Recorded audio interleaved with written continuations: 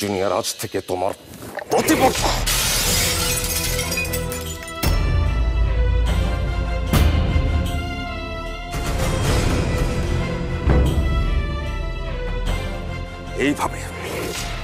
এইভাবেই শেষ করে দিতে হবে মাশরাফি জুনিয়রকে।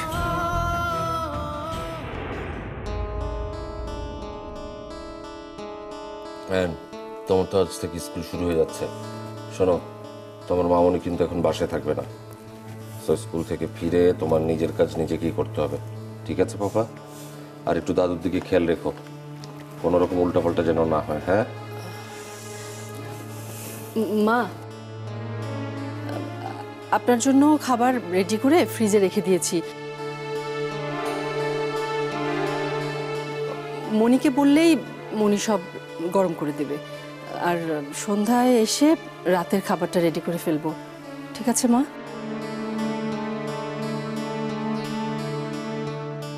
মনি, মনি আইতাছি খালাম্মা। মনি, যা যা বলেছি মনে থাকবে তো? থাকবে না কেন, সব মনে থাকবে।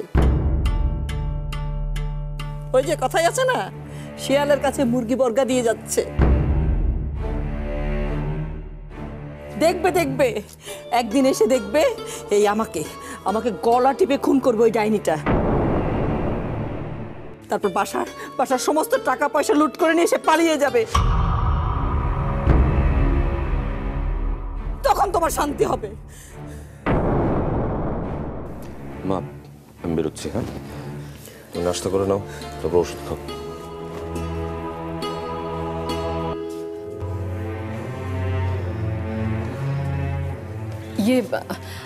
আমাকেও তো এখনই যেতে হবে অফিসে। হ্যাঁ, জলদি বেরো, রিক্সা পাবে না কিন্তু।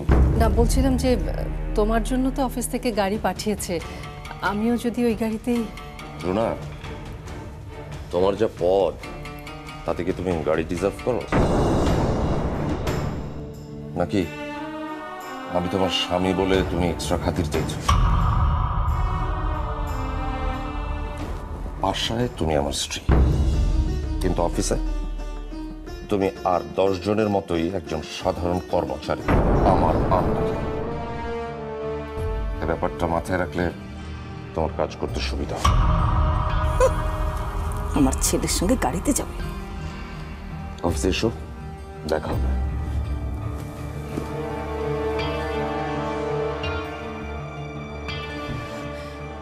আয়ান, আয়ান এসো বাবা।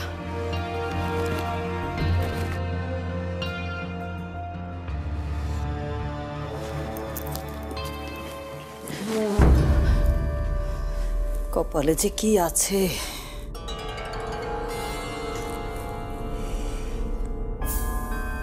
থাক থাক থাক থাক, সালাম করতে হবে না।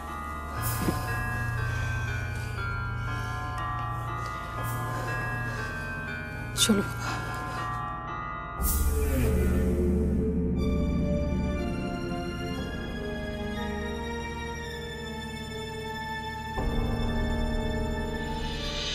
মামনি ভ্যান চলে এসেছে। হ্যাঁ, যাও বাবা তাহলে। টাটা মামনি। ওকে, বাই বাই। টাটা।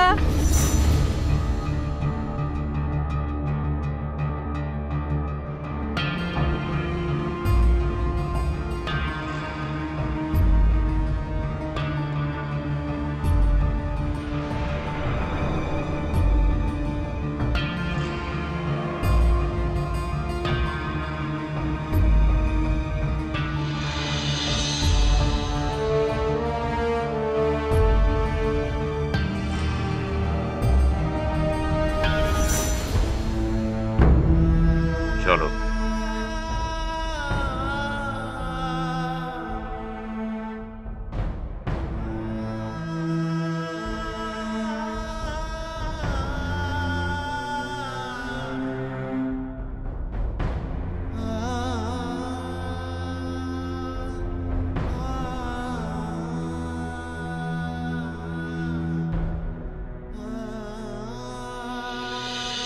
যেটা বলছিলাম, আমাদের আসলে রিসোর্স বাড়ানোর সাথে সাথে আমাদের প্ল্যানিংও তো মানে হেড অফিস থেকে যাচ্ছে আমাদের এখানে। মিসেস রুনা, আসুন আসুন। আমরা ইনফ্যাক্ট এতক্ষণ আপনার জন্যই ওয়েট করছিলাম। সবার সাথে পরিচয় করে দিই, ইনি আফসানা রুনা, আমাদের নতুন জুনিয়র ক্লায়েন্ট সার্ভিস অফিসার, আজকে জয়েন করেছে। হাই ম্যাম, আমি লোপা। কেমন আছেন আপনি? ভালো আছি। স্যার, আপনিই দেন। আমি দেবো? Please sir, please. ওকে।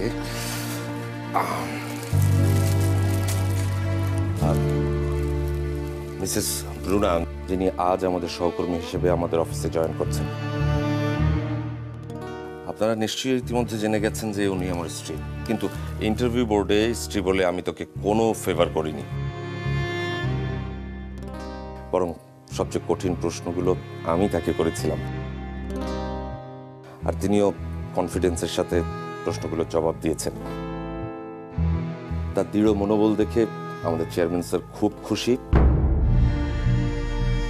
এবং সমস্ত বাধা বিপত্তি পেরিয়ে তিনি আজ আমাদের সাথে আমাদের সহকর্মী হিসেবে অফিসে জয়েন করছেন।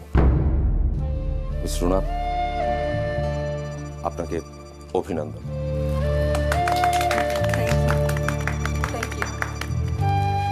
ম্যাম, একটা সেলফি তুলি।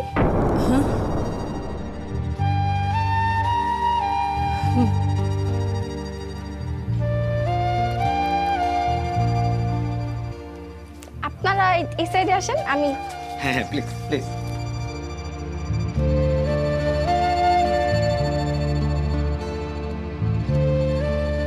স্যার একটু কাছে এসে দাঁড়ান, ম্যাডামের পাশেই দাঁড়ান।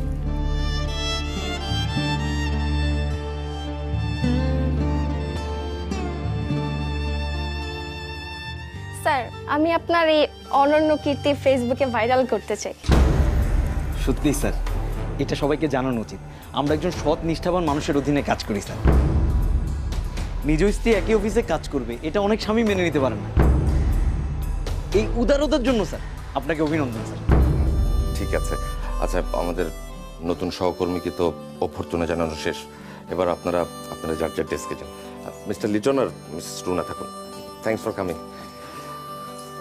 প্লিজ। ম্যাডাম বসুন।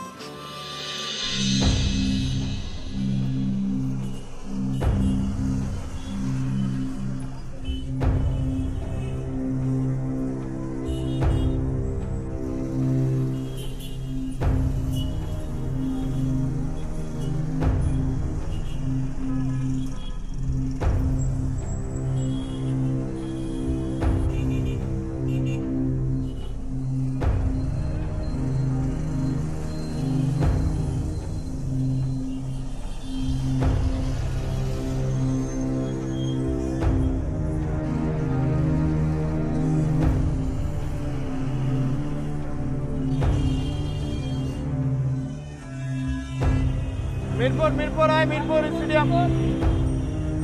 মিরপুর আয় মিরপুর স্টেডিয়াম।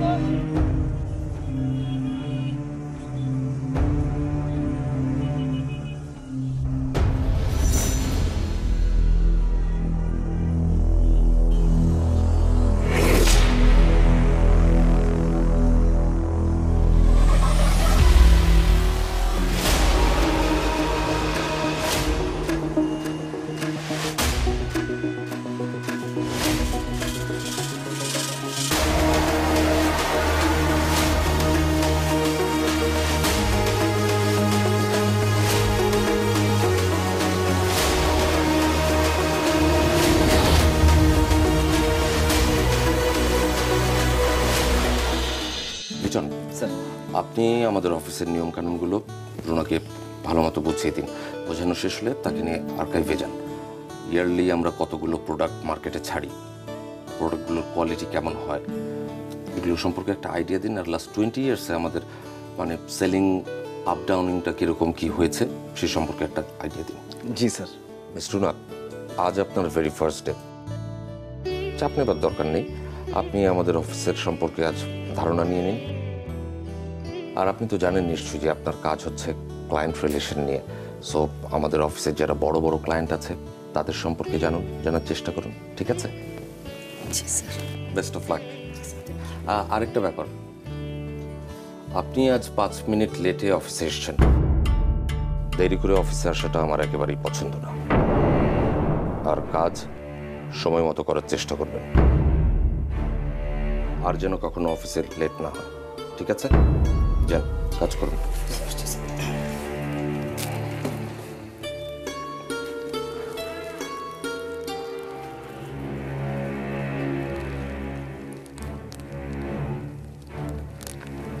সরি। কেন? আমি তোমাকে না জানিয়ে তোমার অফিসে চাকরির জন্য অ্যাপ্লাই করেছিলাম। আমি জানি বিষয়টা নিয়ে তুমি মনে অনেক কষ্ট পেয়েছো। না, ইটস ওকে। আমারও তো দোষ আছে। আমি তো কখনোই তোমার কোনো কথা শুনতে চাইনি। কারণে অকারণে খামোখাই তোমাকে বকাঝকা করেছি। তুমি হয়তো ভয় পেয়ে আমাকে তাই বলনি, আমি সেটা বুঝতে পেরেছি। ম্যাডাম আসবেন না? ও সরি স্যার। না না, ইটস ওকে। আসুন ম্যাডাম প্লিজ।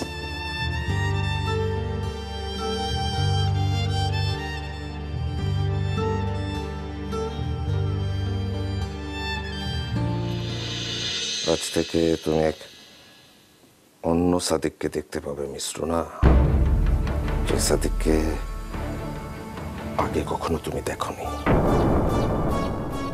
তোমার জন্য এখন থেকে আমার ভালোবাসা উপচে পড়বে। তোমার মনের ভেতর একটা আস্থার জায়গা তৈরি করব, তারপর সেই আস্থার জায়গা কংক্রিটের মতো শক্ত হলে ভেঙে গুঁড়িয়ে দেব। তোমার এত বড় সাহস, তুমি আমার অফিসেই আমাকে না জানিয়ে চাকরির দরখাস্ত করেছো এবং সেখানে চাকরি নিয়েছো। অনেক বড় দুঃসাহস দেখিয়ে ফেলেছ রুনা, অনেক বড় দুঃসাহস। এবং সেটার জন্য এক কঠিন শাস্তি অপেক্ষা করছে। তুমি কল্পনাও করতে পারবে না তোমার কি অবস্থা আমি করব। তোমাকে এমন অপমান করব যেন তুমি আয়নের সামনেও কোনোদিন মাথা তুলে না দাঁড়াতে পারো।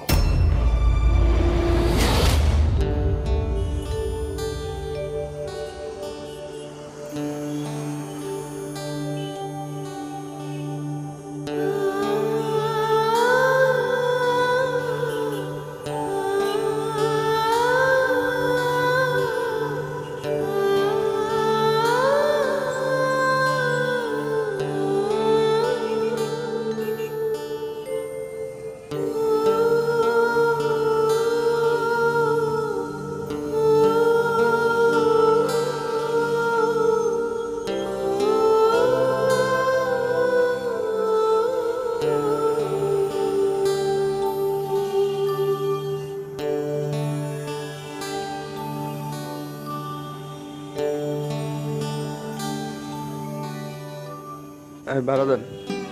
কই যাবেন আপনি? ওই মেয়ে ভাড়া দাও। কই যাবা তুমি? স্টেডিয়াম। স্টেডিয়াম? কার কাছে যাবা? আমার ভাইয়ের কাছে। ভাইয়ের কাছে? ভাঙতি দাও, ভাঙতি দাও। আমার কাছে আর কোনো টাকা। আচ্ছা, পরে দিও।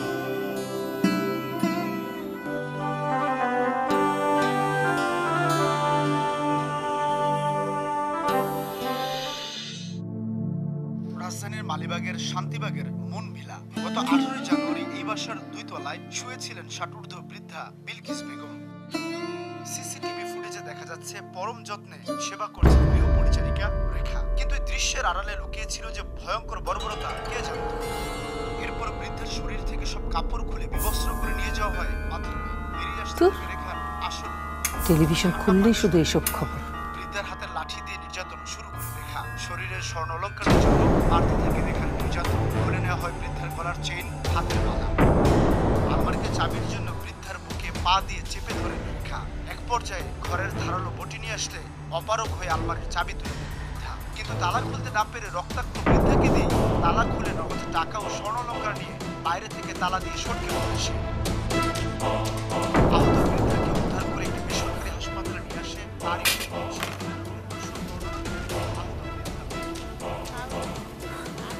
সর্বনাশ।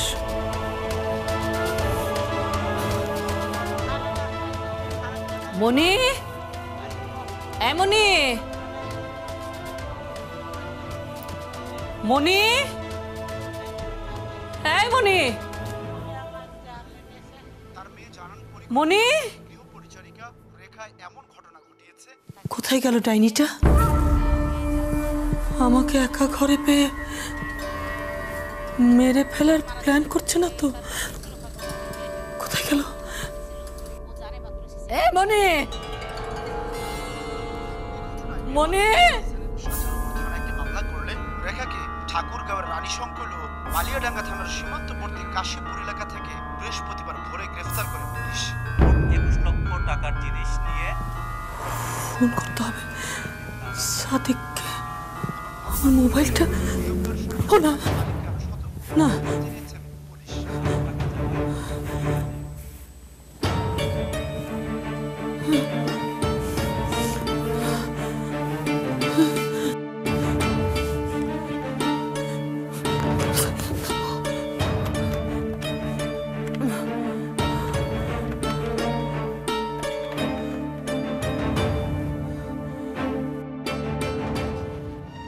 হ্যাঁ মা বলো। সাদিক, সর্বনাশ হয়ে গেছে বাবা। কি বলো, কি সর্বনাশ হয়েছে? মনিকে কোথাও খুঁজে পাচ্ছি না। মানে সারা বাড়িতে আমি খুঁজলাম, অনেক ডাকাডাকি করলাম, মনি কোথাও নেই। আরে এ আর নতুন কি, আগেও তুমি সারা বাসায় তন্ন তন্ন করে খুঁজে ওকে পাওনি। পরে আমি গিয়ে দেখলাম যে ও রান্নাঘরে কাজ করছে। মা শোনো, তুমি ঠান্ডা মাথায় ওকে আরেকবার খুঁজে দেন আমাকে কল দাও। হ্যাঁ না না, বিশ্বাস কর, আসলে মেয়েটা না, ওর মধ্যে না কিছু একটা আছে। ডাইনি তো। আমার ভীষণ ভয় করছে, একা একা বাসায় থাকতে খুব ভয় করছে বাবা। মা দিনে দুপুরে কিসের ভয়? না না, শোন না, ওই একটু আগে আমি খবর দেখছিলাম। হ্যাঁ, ওই একটা বাসাতে একটা কাজের মেয়ে। মা তোমাকে না আমি মানা করেছি। আচ্ছা ফাইন ফাইন, আচ্ছা ঠিক আছে। শোনো, তোমার যদি বেশি ভয় লাগে তুমি দেন এক কাজ করো, তুমি ছোট খালার বাসায় চলে যাও। কি কি বললি তুই? আমার বাসা ছেড়ে আমি চলে যাব? আমার ছেলে হয়ে তুই এরকম কথা বলতে পারলি? ও আমার বয়স হয়ে গেছে, এই জন্য তোকে পেলে পুষে বড় করেছিলাম। মা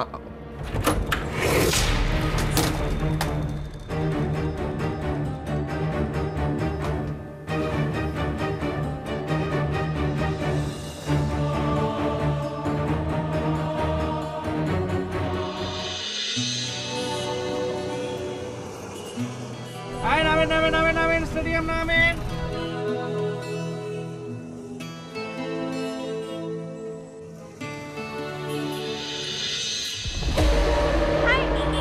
ভাই টাকা নিয়ে যান ভাই।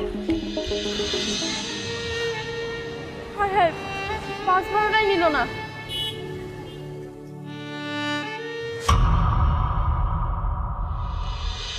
টাকা? আমার টাকা কই? ওই খানান।